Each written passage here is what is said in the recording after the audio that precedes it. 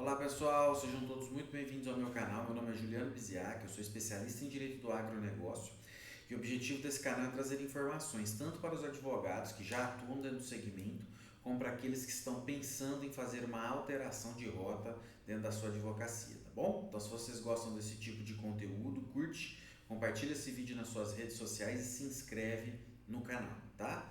E no vídeo de hoje eu vou falar sobre, claro, a medida provisória, né, de socorro aos produtores rurais. É a medida provisória número 1376 de 2026.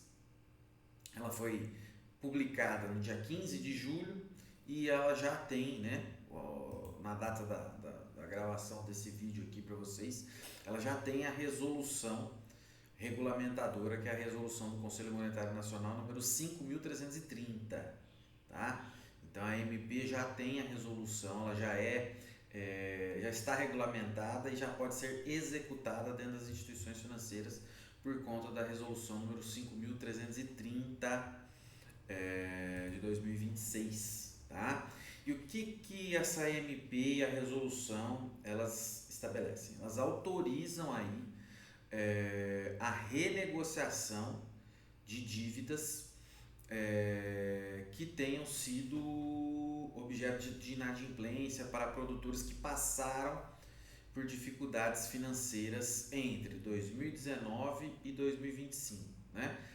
Essas dificuldades elas têm que ser pelo menos em duas oportunidades entre 2019 e 2025 e que tenha gerado no mínimo uma perda de 30% diante do faturamento esperado. Então, qual que é a base de interpretação da medida provisória para identificar se houve prejuízo ou não? Primeiro, se entre 19 e 25 houve ciclos de prejuízo, né?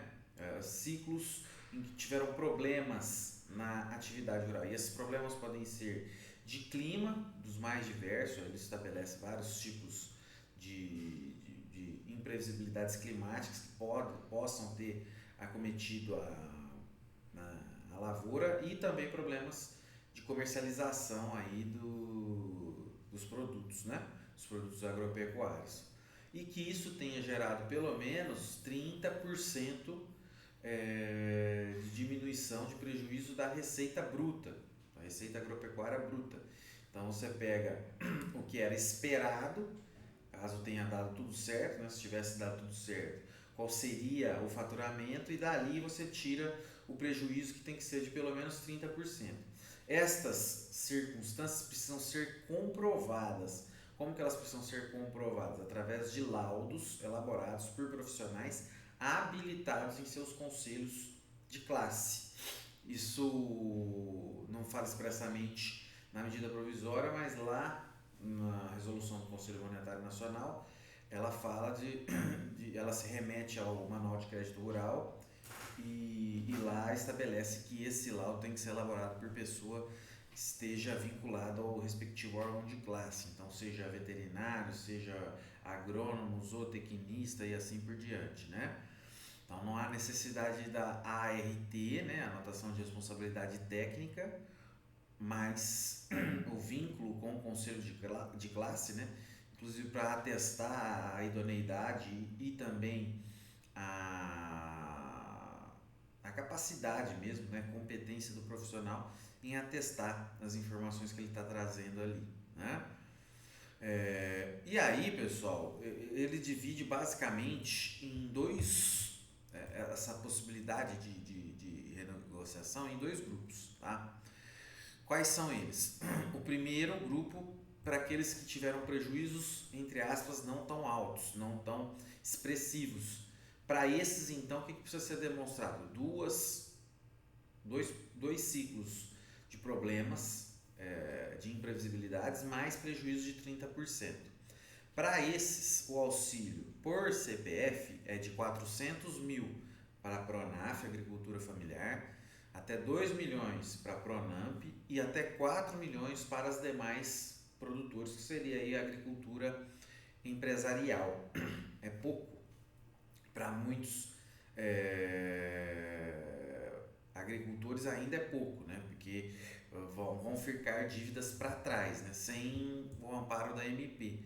Mas ele também, e aí para esses grupos, os limites de taxa de juros são 6% ao ano para a Pronaf, 9% ao ano para a Pronamp e 12% para a agricultura empresarial.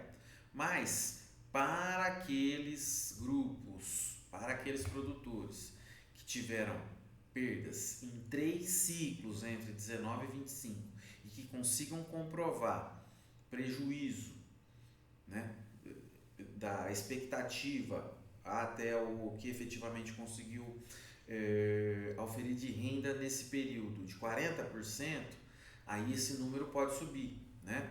Então o limite para a Pronaf vai para 500 mil, para a Pronamp 2 milhões e meio, e aí a agricultura empresarial vai para 8, aí fica mais interessante, né? Mais produtores conseguem se enquadrar nesse requisito aqui, tá? Mas aqui, lembrando, entre 19 e 25 tem que ter passado por 3 ciclos de perdas e que essas perdas têm que ser no mínimo de 40%, tá? Isso precisa ser atestado por laudos. Então pode chegar por CPF, nesse caso aí, a 8 milhões a ajuda, e aí também cai os encargos financeiros, né? Os juros remuneratórios, eles vão para 5% para a Pronaf, 8% para a Pronamp e 11% para a agricultura empresarial. E quais são os créditos que podem se beneficiar? Então vamos lá. As operações de crédito de custeio, comercialização e industrialização que tenham sido objeto de renegociação ou prorrogação até 31 de maio de 2026 e que estejam em situação de adimplência na data da contratação dessa linha de crédito, contratadas com recursos direcionados, livres, controlados e não controlados, ao amparo do Programa Nacional de Fortalecimento da Agricultura Familiar, Programa Nacional de Apoio ao Médio Produtor Rural e as demais linhas de crédito, incluídas aquelas contratadas com recursos de fundos constitucionais. Tá?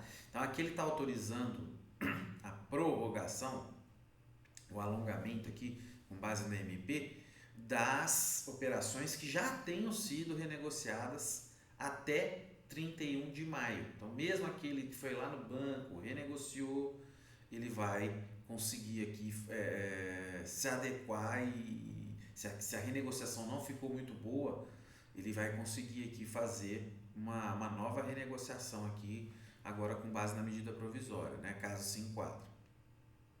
Operações de crédito rural de custeio, comercialização e industrialização contratadas até 31 de dezembro. Então, vejam bem, contratadas até 31 de dezembro de 2025, mesmo que tenham sido objeto de renegociação ou prorrogação em situação de inadimplência a partir de janeiro de 2024, que permaneçam inadimplentes até 31 de maio. Então, aqui ele tem um recorte, né, do período de inadimplência, que começa a valer de 1º de janeiro de 24 até 31 de maio de 26, né? Contratados com recursos direcionados, livres, controlados e não controlados. Isso aqui é importante, pessoal, porque aparentemente parece que todo mundo vai poder se beneficiar, mas não. Primeiro que ele estabelece alguns recortes justamente para dar uma limitada aqui em quem pode aderir, e depois também tem a questão das perdas que precisam ser demonstradas, dos ciclos, como elas foram atingidas, etc. Né? Parcelas de operação de crédito rural de investimento vencidas ou vincendas entre 1º de janeiro de 24 e 31 de dezembro de 26, desde que atendidos cumulativamente as seguintes condições. Então, no caso de investimento, tem algumas condições. Sejam originárias de operações contratadas até 31 de dezembro de 2025, com recursos direcionados, livres, controlados, não controlados, e aí entra agricultura familiar, Pronamp e empresarial. Tenham entrado em situação de inadimplência a partir de 1º de janeiro de 24 e tenham permanecido inadimplentes até 31 de maio de 26. Tá? Então, assim, tem que estar em situação de inadimplência entre 1º de janeiro de 24 a 31 de maio de 26. E outras operações de crédito rural definidas pelo Poder Executivo. Tá? Então, Esse é o recorte, é o panorama geral da MP, certo? Orientações agora. Como fazer? Eu estou com um cliente novo, eu vou fazer o alongamento, eu deixo o alongamento de lado então e faço o pedido da medida provisória. Bom, primeira coisa que eu acho interessante fazer é verificar junto à instituição financeira se o crédito do cliente é elegível, porque a própria instituição financeira ela vai jogar no sistema dela e identificar aqueles créditos que podem se enquadrar ou não, né? E aí esses que podem vão passar pelo procedimento de constatação dos requisitos. Então esse é o primeiro passo, procurar a instituição financeira. Agora, você está fazendo o procedimento administrativo já, vai buscar o procedimento administrativo de alongamento, continua com ele. Por quê? Porque pode não dar certo o enquadramento na MP. E aí você vai dar sequência no seu pedido de alongamento. Então você não perde uma estratégia por tentar a outra. Então assim, orientação a partir de agora, junto com o pedido de alongamento, buscar a negociação junto da MP, da medida provisória. Certo? Que aí pode tentar se enquadrar. Às vezes não dá certo no pedido administrativo de alongamento, mas se enquadra na medida provisória e você consegue resolver o problema do cliente. Caso não, vai ajuizar a ação naquele mesmo formato que vocês já estão acostumados aí, tá bom? Então eram essas informações que tinha para passar para vocês hoje. Se vocês gostam desse tipo de conteúdo, curte, compartilha esse vídeo nas suas redes sociais e se inscreve no canal, tá bom? Então é isso, pessoal, um abraço e até a próxima.